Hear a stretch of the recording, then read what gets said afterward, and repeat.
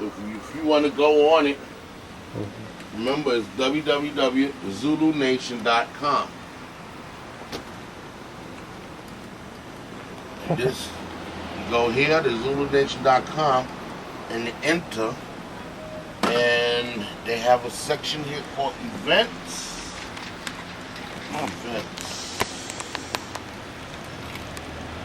Events right here. And this is what's happening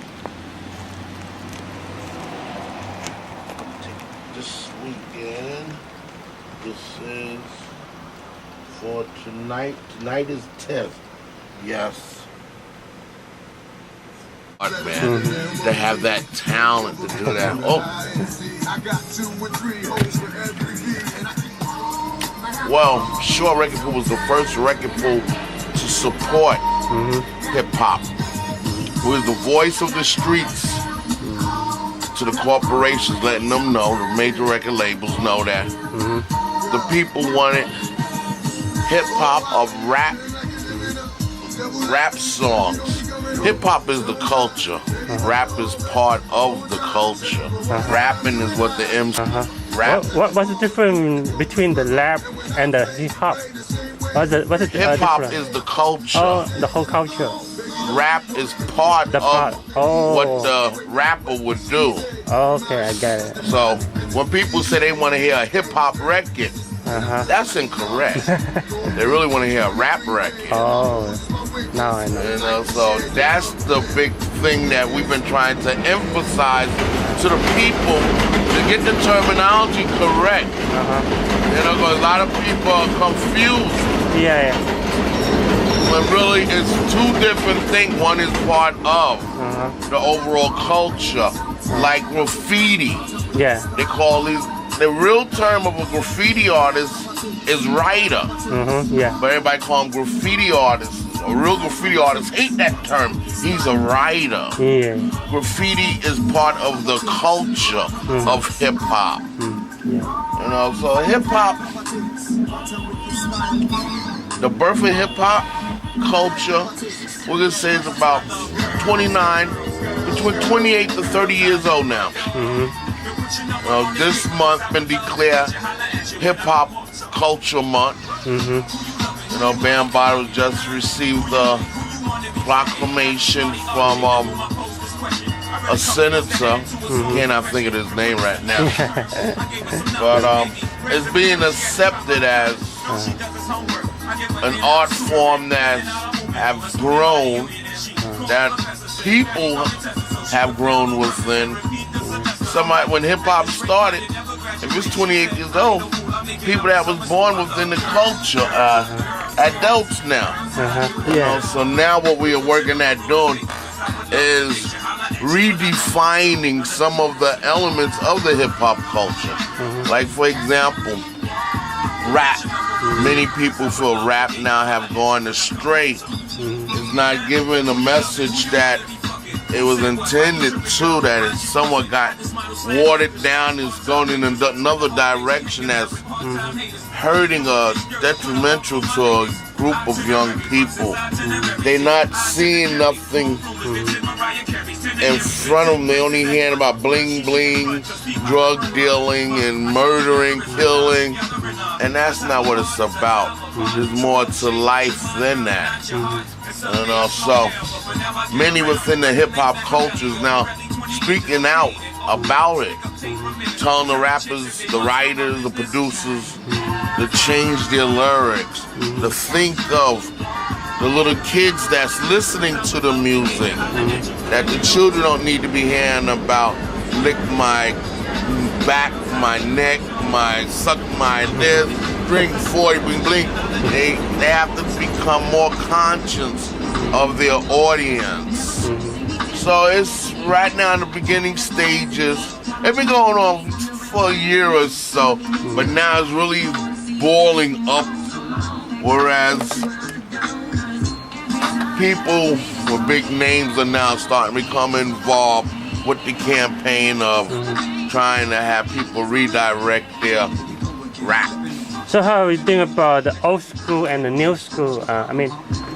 what's the difference between the old school and new school? What the change? Okay, old school rap was more about partying, you know, having a good time, telling the story what was going on in the neighborhood. New rap, bling bling, how much gold they have, how much jewelry, how bad they are. It's all about me, about self, about I. Yeah. Whereas old rap was about we, you know, us. Yeah. And that's the big difference I see nowadays.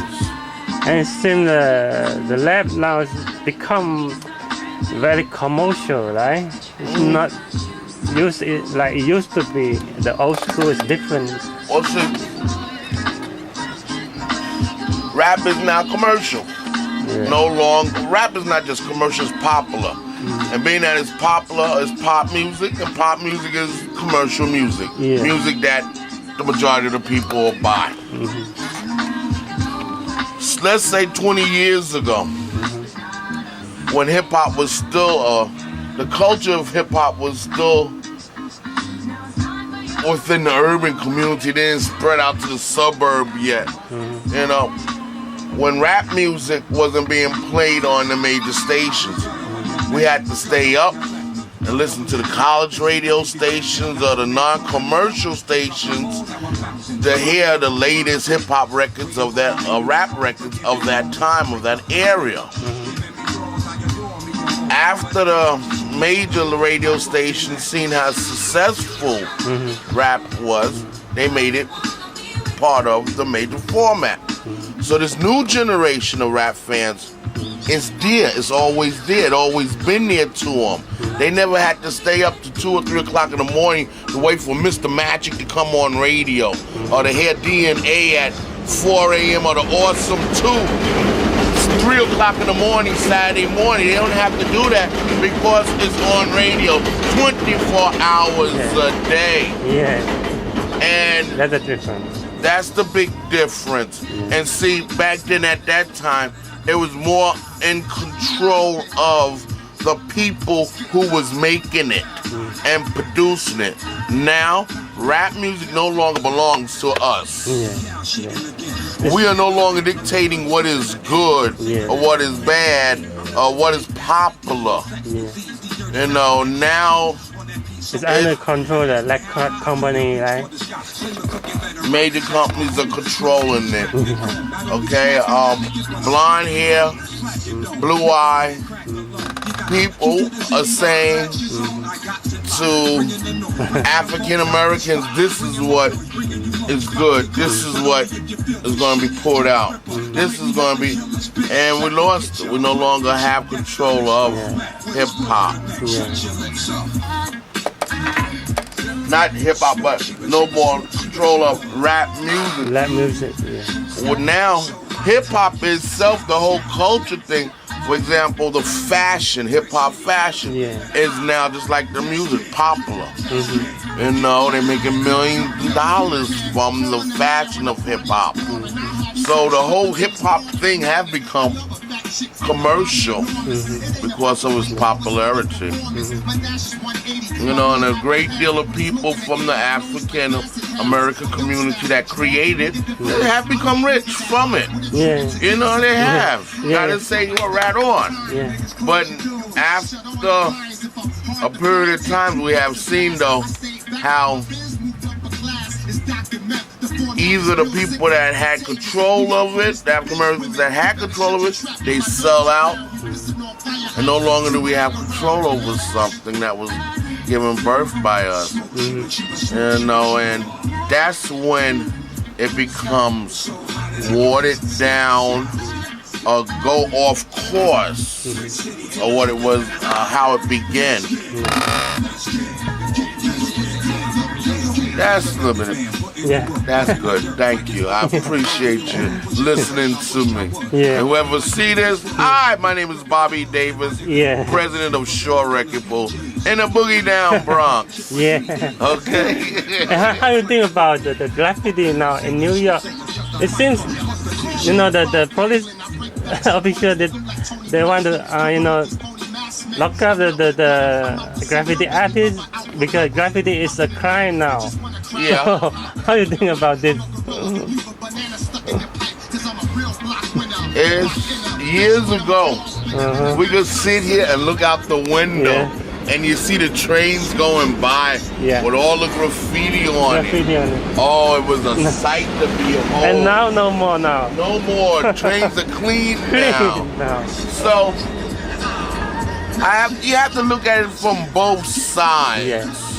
Okay, it's private property. Okay, it may be to the public, but still, in a sense, it is defacing property. On the other hand, it is art. You know, I don't think they should be arrested for expressing themselves, but a society, for it to be civilized, have to have rules, regulations, and laws. And the law said you can't spray paint a train or wall or something. Okay. But it's still art. There's a place for it. Maybe they should not do graffiti on the train. But how about the wall? The wall is, just, that's no big deal about that, So, to me, I love seeing it when it's done right. But then again, everybody may not like the artwork. There's a place for it. Like if you look at that wall over there, somebody wrote on there their signature and all. To me, I look at it, it's not pleasing to my eyes. But it is to that person, his creation. I think artists should be allowed to be creative. And if they see a site that they want to work on, if they should try to get permission to do something on that wall. Maybe the people allow them to do it. I know they always tagging my door downstairs, and at times it's become frustrating. Even in the van, the small van, people don't care about they do graffiti on the van. That's if it's an abandoned building or something out in the park. I can see it being done there, but you have to take in consideration other people's feelings. Every time I walk downstairs and I see somebody mark my door, put their signature on it, I'm upset. Now if they come upstairs and say, Bobby, Mr. Davis, can we paint, draw something? I'd be more than happy to say yes. Just respect. Both sides have to give respect to the other. One, respect for the property that the other owns, and the property owner have to give respect to the writer for being an artist and his artwork. These are the standards. These are these are the standards. So this is what 90% of it is used. And I'll say 90% of the newer models, they copied the 1200s. The 1200 was the base of their foundation or the idea. So that's the turntable. So how do you think about the new machine? Now they have the new one. Like you can put the CD. They can use the CD too, right? Oh, you're talking about this here? Oh yeah, the this kind. CD. Yeah. Well, what the difference the LP and the CD one? I mean, the technical format. DJ's like touching vinyl. You like controlling it. Okay, here you go, but it's not the same with a record. Here you may be able to hold 80 minutes worth of music, but it's not the same. DJs still enjoy using a turntable. Many people have incorporated the CD player into their system because you can't hold 80 minutes worth of music on a CD. But still, the majority of the DJs will use their turntable and just use the CD player as part of the system, but not to replace the turntable. Especially in hip hop. And other forms of music like house or dance, a great deal of DJs have replaced their turntables with the CD player, the two of them. But still, the icon of being a DJ is a turntable and vinyl. You know, DJs want vinyl. They want to feel it. Yeah. You know, they want to see it. They want to smell it. They want to touch it. Touch it. Now look at it. Just totally different. And then what? I go into here, and here you can read it, and you can see the numbers where it's at and all, but it's still not the same. Terms, you know, I don't want to. I'm not an expert in that field. I deal with DJs, but I'm not a turntablist. You know, so I don't want to put my foot in the mouth and give you wrong information. You know, because they have some terms. Mic control. That's that's called MC. MC was mic control. That's what it meant in the early days. Also, originally, before that term, mic control came into being used in the 70s, the late 70s. Before then, during the 60s and the 70s, I imagine even in the 50s, MC meant master of ceremony. So what MC do? What he gonna do? Master of ceremony is the one that controls the crowd, that speaks to the people. The master of ceremony was the one that would introduce the act. Here's the main person with the microphone. And then once hip hop or rap came along, the master of ceremony became the rapper. He was the one that was using the microphone. But he was doing more than just introducing. He was telling stories. He was performing. So, if I'm not mistaken, the terminology mic control was first used by Raheem and Eric B.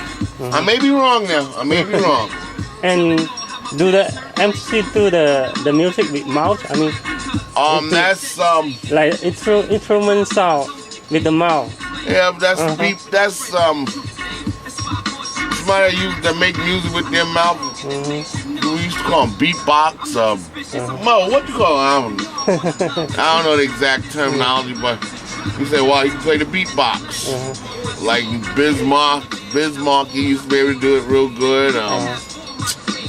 Dougie Fresh is the master. You know, a lot of kids don't be doing it like, say, 15 years ago.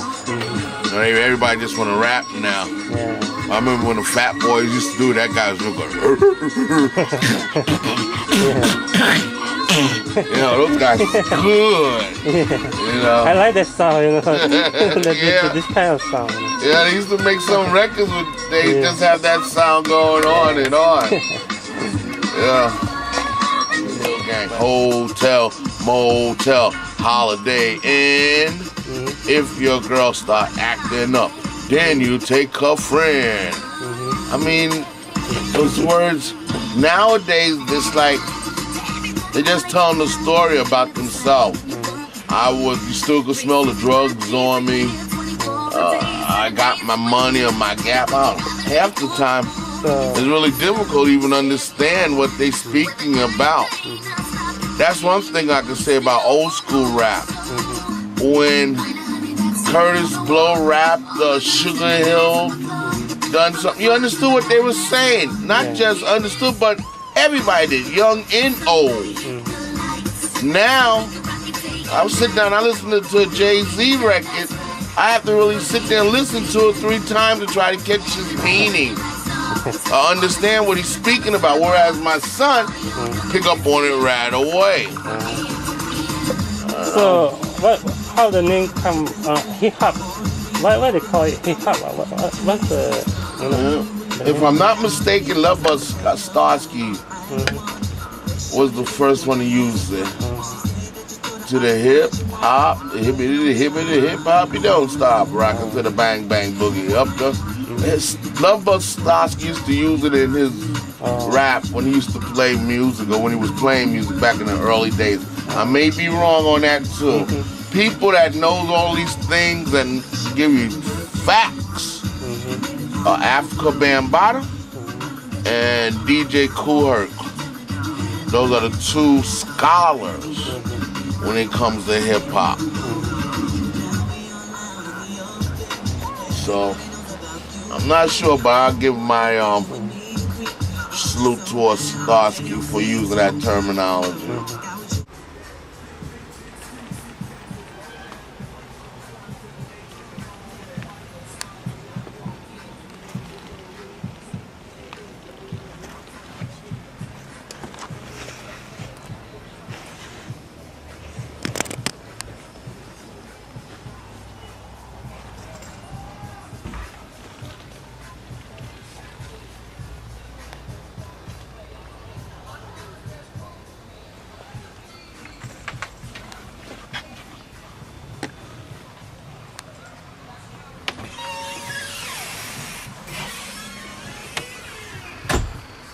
What up, Bobby? Hey guy, how you doing? All right, and you?